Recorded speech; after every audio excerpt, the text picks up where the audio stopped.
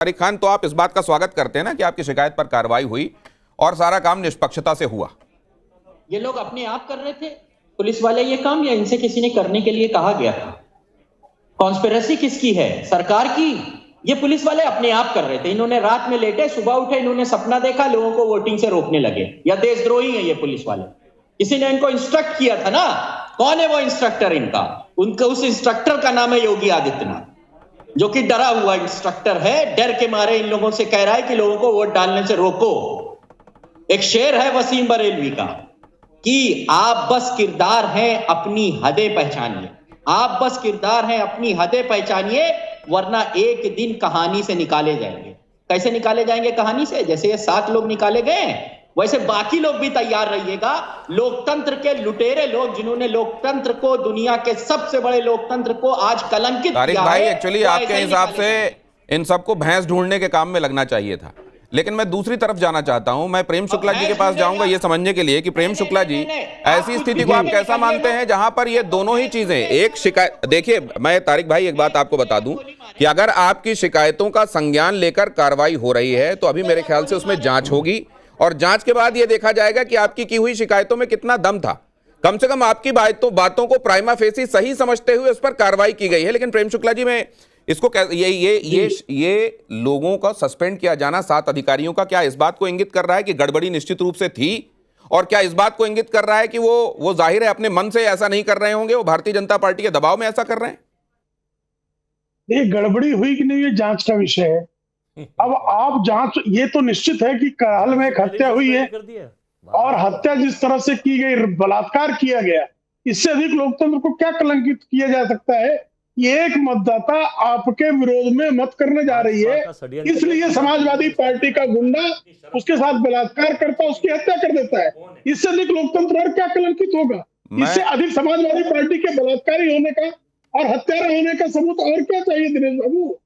इससे ज्यादा जो है आज दुर्भाग्यपूर्ण घटना झारखंड, महाराष्ट्र और उत्तर नहीं, प्रदेश, प्रेम शुक्ला जी, राज्यों में चुनाव हो रहे हैं। प्रशांत यादव को पुलिस ने पकड़ लिया, उसके कुछ साथी भी अरेस्ट कर लिए। लेकिन ये घटना कितनी दुर्भाग्यपूर्ण? घटना निश्चित रूप से दुर्भाग्यपूर्ण है, लेकिन मैं ये जानना चाहता हूं कि वहां पर अगर पुलिस ने कार्रवाई की है तो वहां पर कुछ ना कुछ था, और अगर इन पुलिस वालों पर कार्रवाई हुई है, 7 अधिकारियों पर कार्रवाई हुई, तो क्या यहाँ भी बगैर आग के धुआं नहीं है? यहां भी कुछ ना कुछ हुआ है। नहीं तो जांच करेगी ना निर्वाचन आयोग, उसमें क्या जल्दी है? निर्वाचन आयोग की निष्पक्षता पर तो किसी को प्रश्न चिन्ह शेष नहीं है ना। उन्होंने किसके कहने पर कार्रवाई की, अपने मन से की, क्या कार्रवाई की, सब जांच के बारे में।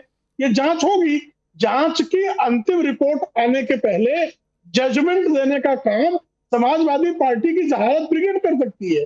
आप किसी भी घटना की जो है हमारे यहाँ संवैधानिक नहीं, अब मैं जरा इसको एक और नजरिया लेना चाहता हूं अवधेश जी का भी। अवधेश जी, 7 अधिकारियों पर कार्रवाई होना यह दिखाता है कि गड़बड़ हुई थी, इसीलिए सस्पेंड किया गया, इसीलिए शिकायतों का संज्ञान लिया गया, या यह दिखाता है कि अगर शिकायत की गई तो एक प्रोसीजर है जिसके तहत संज्ञान लिया गया, उनको सस्पेंड किया गया और निलंबित रखते हुए जांच की जाएगी कि भाई उन्होंने वाकई गलत किया था कि नहीं किया था? देखिए, इस समय सस्पेंशन को हम किसी को दोषी मान लें कि चुनाव आयोग ने मान लिया। चुनाव आयोग के पास इतना समय नहीं है, एसपी के पास, कलेक्टर के पास, वहाँ से आया दिशा निर्देश, उन्होंने तत्काल उसका पालन कर दिया है, तो इससे ज़्यादा इसके मायने नहीं। देखिए, उत्तर प्रदेश में ये बात ठीक है कि पुलिस वाले को मतदान केंद्र के 200 मीटर के अंदर किसी की भी जांच करने का उनका अधिकार नहीं है, लेकिन अगर शांति व्यवस्था की जिम्मेवारी है, अगर कहीं से पता चलता है कि गलत तरीके से घुस गया, तो हम लोगों ने तो मतपेटी तक पुलिस को और फोर्स को घुसते देखा है वहाँ करके, और किया ही है और करना भी चाहिए। अब पार्टी कुछ करे, लेकिन उसके बाहर अगर मान लीजिए कहीं पुलिस पर पत्थर चल गया, एक मर्डर हो गया, एक भी घटना अगर चुनाव में घट जाती है, या आप भी पुराने पत्रकार हैं, हम सब लोग काम करते रहे, तो पुलिस की जिम्मेवारी बढ़ती है, वो ज्यादा सख्त हो ही जाती है। वो नॉर्मल सिचुएशन है कि पुलिस उसमें सख्ती करेगी, आने जाने वाले पर देखेगी, और जो क्षेत्र सेंसिटिव माने जाते हैं उसके वहां तत्पर होगी। तो पुलिस को, ये तो मैं नहीं मानता हूं कि सड़क पर भी किसी को चेक करने का अधिकार नहीं है। पुलिस को किसी का, हम लोगों का आई कार्ड कई बार पुलिस देखती है रास्ते में, तो क्या कर सकते हैं? आई कार्ड देखती है, गाड़ी चेक करती है, ये तो पुलिस का अधिकार है।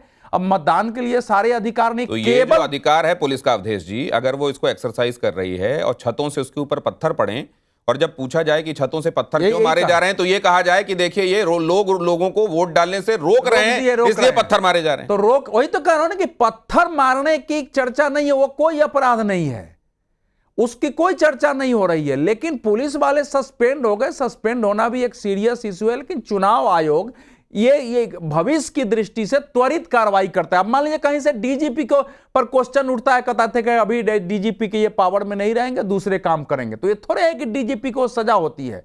उसको इस रूप में अगर लेने लगे तो इतने कलेक्टर, एसपी सबको ड्यूटी से अलग करता है कि आप ड्यूटी न करें, दूसरा करेगा।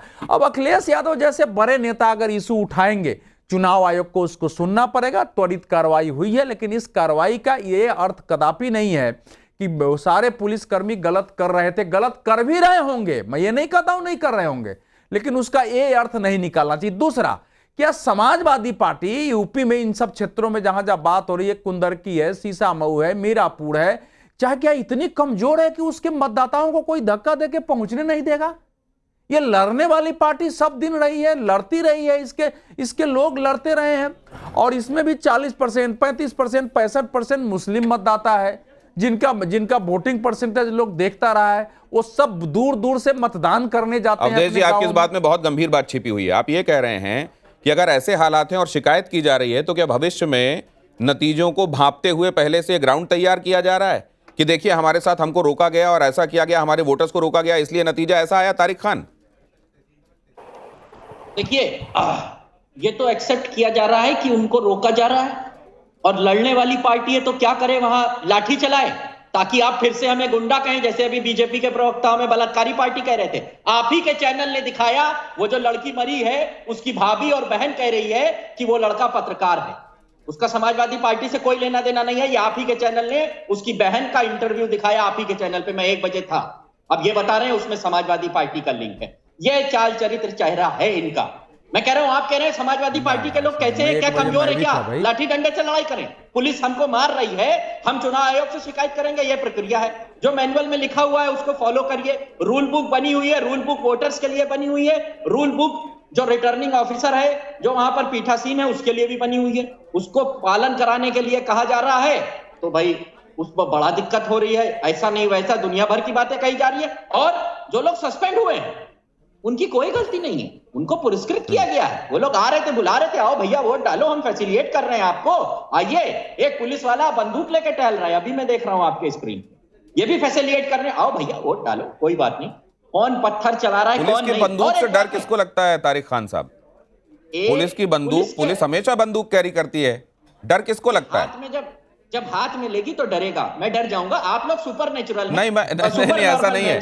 हाथ में लेगी तो भी आप तब तक नहीं डरेंगे जब तक आपने कुछ गलत। खैर, मैं दूसरी बात, मैं यहाँ विषयांतर हो जाएगा, जरा ऊपर देख लीजिए, ये जो टैली दिखाई दे रही है इस समय आपकी स्क्रीन पर, ये बहुत महत्वपूर्ण टाइम्स नाउ नवभारत पर उत्तर प्रदेश चुनाव, आप जहां पर अभी 0 देख रहे हैं, बहुत जल्दी एग्जिट पोल वहां आपको बताएगा कि ये 0 कहां जा रहा है, किसके पक्ष में। 9 ओवरऑल सीट्स, लेकिन टॉप में इसलिए रखा गया है क्योंकि उत्तर प्रदेश सबसे महत्वपूर्ण, यहां कम महत्वपूर्ण महाराष्ट्र और झारखंड भी नहीं है, जिसकी टैली आप अब नीचे देख रहे हैं। यहां आप देख रहे हैं 91, यहां भी 0, 288, यहां भी बहुत जल्दी आपको जहां 0 दिखाई दे रहा है वहां पर फिगर्स दिखाई देंगे, और एग्जिट पोल आपको यह बताएगा कि एक्चुअली इस बार जिन्होंने हवा भांपा है, पहुंचकर वोटर से बात की है, वो लोग जो वोट देकर बाहर निकल रहे थे उनसे बात की है, क्या दिखाई दे रहा है, किसके पक्ष में, ये आंकड़ा कितना दिखाई दे रहा है, बहुत जल्द आपके सामने होगा। लेकिन एक बार फिर से ये जो बात कही जा रही है कि यहां सस्पेंशन जो है वो निश्चित रूप से दिखाता है कि कुछ ना कुछ गड़बड़ हुई है। यह भी कहा गया कि अगर इस दौरान कुछ जराइम की घटनाएं हुई हैं तो क्या उसके पीछे एक पर्टिकुलर पार्टी का हाथ है।